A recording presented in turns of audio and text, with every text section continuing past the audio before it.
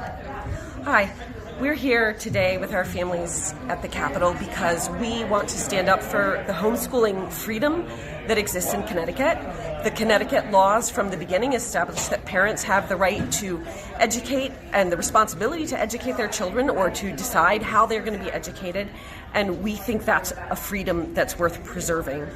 And we feel that the attempt to regulate homeschoolers or to make them report specially or to make them report if they have withdrawn from a public school, especially today, they were saying there'll be a list given to DCF of families who withdraw from public school to homeschool. That's a witch hunt. There's absolutely no reason to do that. There's no data that supports that homeschooling families are in any way dangerous. In fact, the opposite is true. The statistics show that kids are safer. The kids that are homeschooled are actually safer.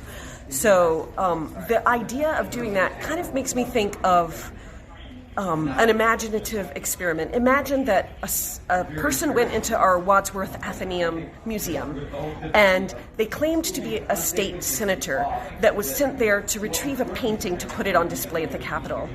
And imagine the thief got away with it and they stole the painting from the Wadsworth. Would you then make a bill that says that you need to start to register all of the senators and do a special check on them before they go to the Wadsworth? Because this person's claimed to be a senator and therefore it's kind of maybe dangerous. That's what's happening with homeschooling.